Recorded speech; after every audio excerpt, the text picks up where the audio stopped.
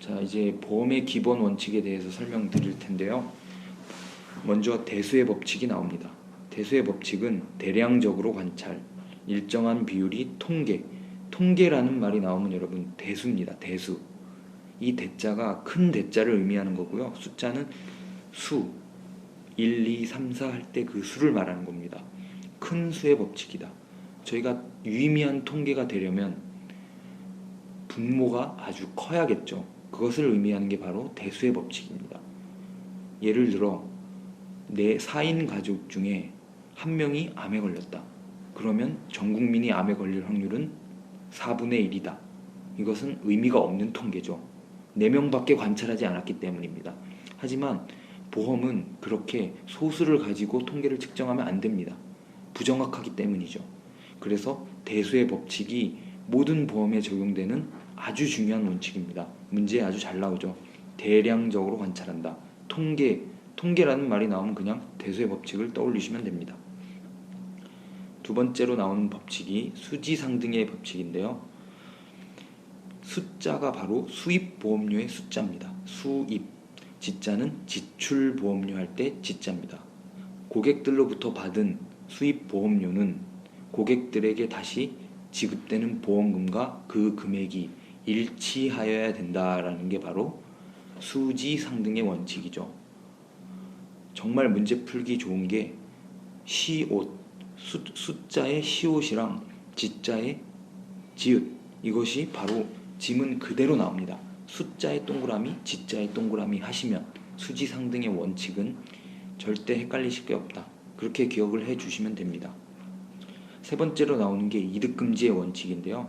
사실 이게 제일 중요한 원칙입니다. 왜 제일 중요하냐? 손해보험에만 적용되는 원칙이기 때문입니다. 이득금지의 원칙은 보험을 가입함으로써 계약자나 피보험자가 사고가 나기 이전보다 이득을 보아서는 안 된다는 게 이득금지의 원칙입니다.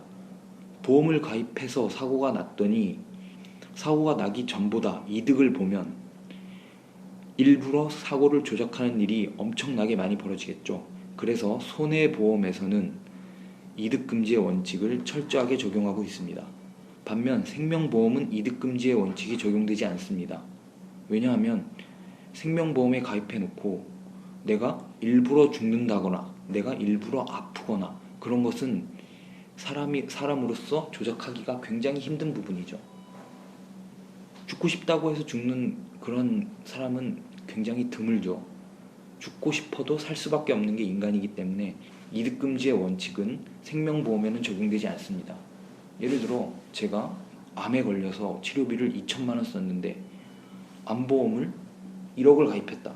그러면 오히려 이득을 볼 수도 있는 것 아니겠습니까? 여기서 말하는 이득은 금전적 이득입니다.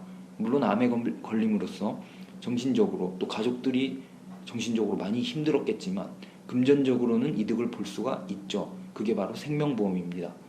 하지만 손해보험은 절대로 이득을 보아서는 안 됩니다. 사고가 고의로 조작되기 때문이죠. 이 이득금지의 원칙이 손해보험에만 적용된다는 것을 꼭 기억해 주시고 생명보험에는 적용되지 않는다까지 기억해 주셔야 됩니다. 이 이득금지의 원칙과 밀접한 관련이 있는 게 바로 초과보험, 중복보험, 그리고 보험자 대위입니다. 이 초과보험, 중복보험, 보험자 대위가 나오면 그냥 자연스럽게 이득금지의 원칙을 떠올리셔야 됩니다. 기출문제에 제일 많이 나온 원칙이 이득금지의 원칙이죠. 네 번째 원칙이 실손보상의 원칙인데 실손보상의 원칙은 사실 기억하기 쉽습니다. 실제 손해액, 실제 손해액 이것을 줄여서 실손이라고 하는 거죠. 그래서 실제 손해액을 보상해 준다. 이득금지 원칙에서 파생된 보상의 기본 원칙입니다. 그러니까 바로 실손보상의 원칙도 손해보험에 적용되는 원칙이죠.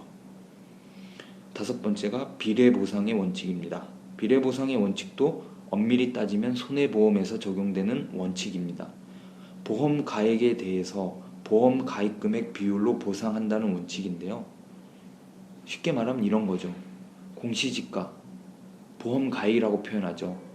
보험 가액이 2억 원짜리 집에 가입을 1억만 했습니다. 보험료가 부담이 돼서 보험 가입 금액이 1억만 들어가도록 가입을 했는데 불이 나서 1억 원의 손해가 났습니다. 그러면 우리는 1억 원을 가입했으니 1억 원을 전액을 받겠지, 그렇게 하는 게 아니라 2억 중 1억만 가입했으니 50%만 가입을 한 것 아니겠습니까? 그러면 실제 손해액도 50%인 5천만 원까지만 보상이 됩니다. 이게 바로 비례보상이죠. 여섯 번째, 급부 반대 급부의 원칙이 있는데요. 이것은 수지상등의 원칙과 똑같은 말입니다. 하지만 수지상등의 원칙이 보험업 전체 또는 보험회사의 입장에서 바라본 원칙이라면 급부 반대 급부의 원칙은 계약자, 고객 개개인의 입장에서 바라본 원칙입니다. 내가 낸 돈으로 그런 것들이 모여서 고객들이 모두 한 명씩 낸 돈이 모여서 회사는 그걸로 보험금을 지급하므로 보험금 지급 시 과부족이 없어야 한다, 똑같아야 한다는 말을 급부 반대 급부의 원칙이라고 합니다. 이때 급부 반대 급부, 기역과 비읍으로 시작하죠. 그래서 과부족, 기역과 비읍 이렇게 외워주시면 크게 어려울 건 전혀 없습니다. 제일로 중요한 건 이득금지의 원칙이라는 것을 꼭 기억해 주시고 반드시 외워주십시오. 손해보험에만 적용되는 게 이득금지의 원칙이다.